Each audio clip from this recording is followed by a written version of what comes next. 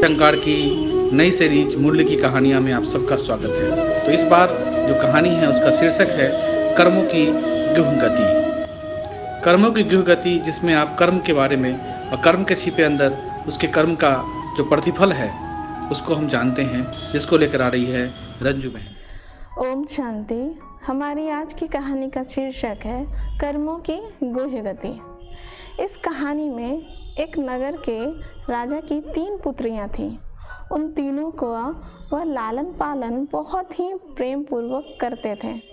एक दिन राजा जब खाने को बैठे थे तब उन्होंने अपनी तीनों पुत्रियों से पूछा कि तुम तीनों किसके भाग्य का खा रही हो और किसके भाग्य से तुम्हें ये सुखी जीवन प्राप्त हुआ है।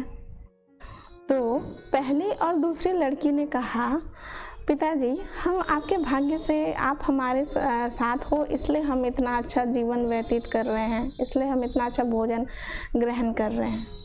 लेकिन तीसरी ने उत्तर नहीं दिया। तो तीसरी से उसके पिता ने फिर से पूछा। तो तीसरी ने जवाब दिया कि मैं अपने भाग्य का खा रही हूँ, मैं अपने कर्मों अनुसार इस सुख संपत्ति वैभव को प्राप्त की हूँ। मैं जैसा जीवन व्यतीत कर रही हूँ इसमें कोई और नहीं है, मेरे अच्छे कर्मों का फल ही मुझे प्राप्त हो रहा है। तो राजा को बहुत गुस्सा आया।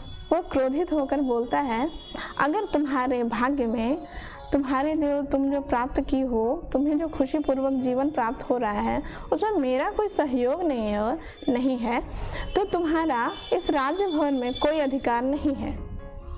और मैं तुम्हें अगर कोई वृद्ध और गरीब इंसान से शादी कर देता हूँ तो फिर तो बोलती, अगर वो होता है तो वो भी मेरा ही भाग्य होगा। तो राजा फिर और गुस्से में हो गया कि इसके बाद भी उसकी पुत्री ने ये नहीं कहा कि मैं आपके भाग्य से खा रही हूँ। तब राजा ने क्रोधित हो करके अपनी तीसरी पुत्री का विवाह एक बूढ़े और गरीब व्यक्ति से कर दिया।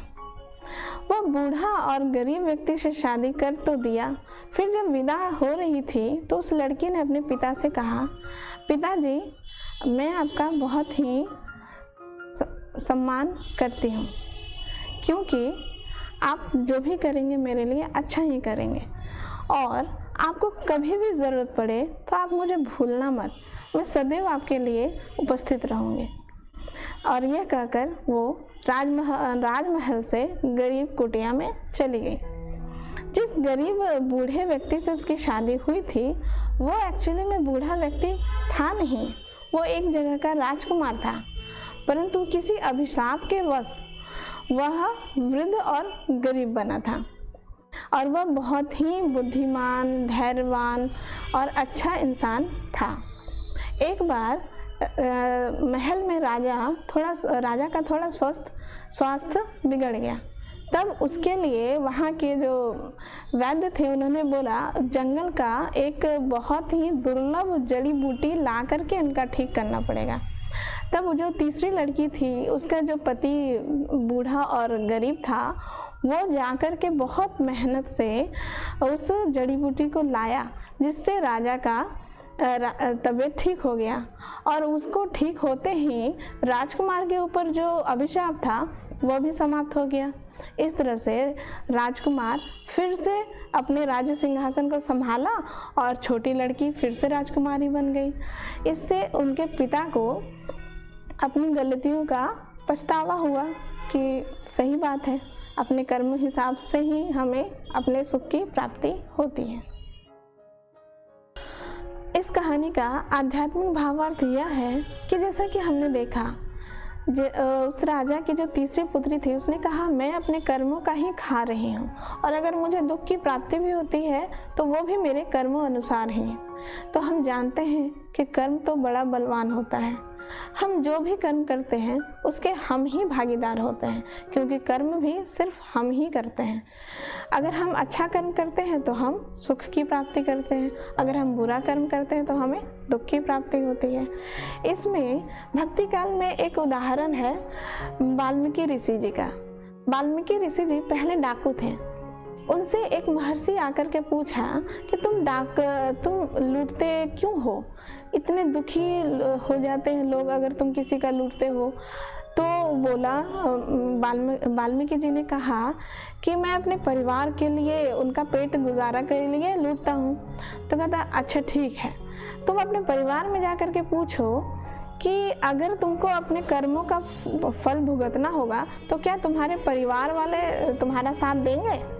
तो वाल्मीकि जी ने ऐसा ही किया, अपने परिवार में जाकर के पूछा तो उनके परिवार में कोई भी उनका पाप कर्म में भागीदार बनने को तैयार नहीं हुआ। तब इससे उनका दिमाग थोड़ा ठीक हुआ और वो जो चोरी करते थे, लूटते थे, वो कार्य उन्होंने छोड़ा। और उसके बाद हम जानते हैं कि वाल्मीकि जी कितने बड़े ऋषि निकले, उन्होंने रामायण को रचा। तो इस तरह से कर्मों की गुह्य गति को हम जानते हैं कि हम जैसा भी कर्म करते हैं, छोटे से छोटा पाप और बड़े से बड़ा पुण्य जो भी है, हमें इस जन्म में नहीं भी प्राप्त हुआ है तो अगले जन्म में ज़रूर मिलता है।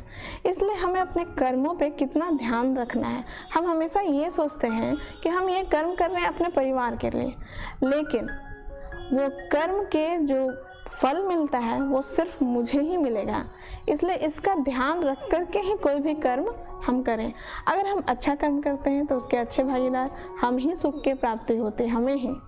और अगर हम बुरा करते हैं तो जो दुख हमें मिलता है अभी, तो बहुत लोग कहते हैं ना कि हम तो अभी तक कुछ बुरा नहीं किए, फिर मेरे साथ ऐसे इतने दुख क्यों हो रहा है। हो सकता है आपने इस जन्म में ना किया हो, लेकिन पिछले जन्मों में तो किया होगा, क्योंकि सुख और दुख हमें सिर्फ अपने ही कर्मों अनुसार प्राप्त होते हैं। ना तो वो हमें भगवान देते हैं, ना तो वो हमें किसी के द्वारा प्राप्त होता है। हम किसी के साथ बुरा कर्म किए होते हैं तो हमें वो मिलता है। तो इस हिसाब से कर्मों की बहुत गुह्य गति है। इसलिए हमें अपने हर कर्म, हर बोल पे ध्यान देना है कि हमारी बोली से किसी को दुख तो नहीं हो रहा है, हमारे कौन से कृत्य हैं जिससे हम दूसरे को दुखी दे रहे हैं, दुखी कर रहे हैं। इसलिए अपने कर्मों पे बहुत ध्यान देना है, क्योंकि सारे ये जो सृष्टि चक्र है वो कर्मों का ही खेल है। सुख दुख हमारे कर्मों का ही परिणाम है। इसलिए अपना परिणाम अच्छा पाना है तो सदैव अपने कर्मों पे अटेंशन रखिए।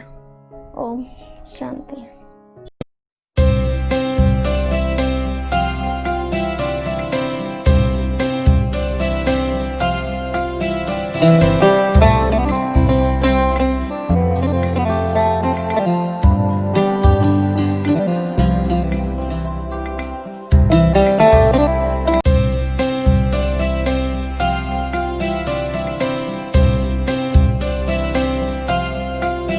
thank you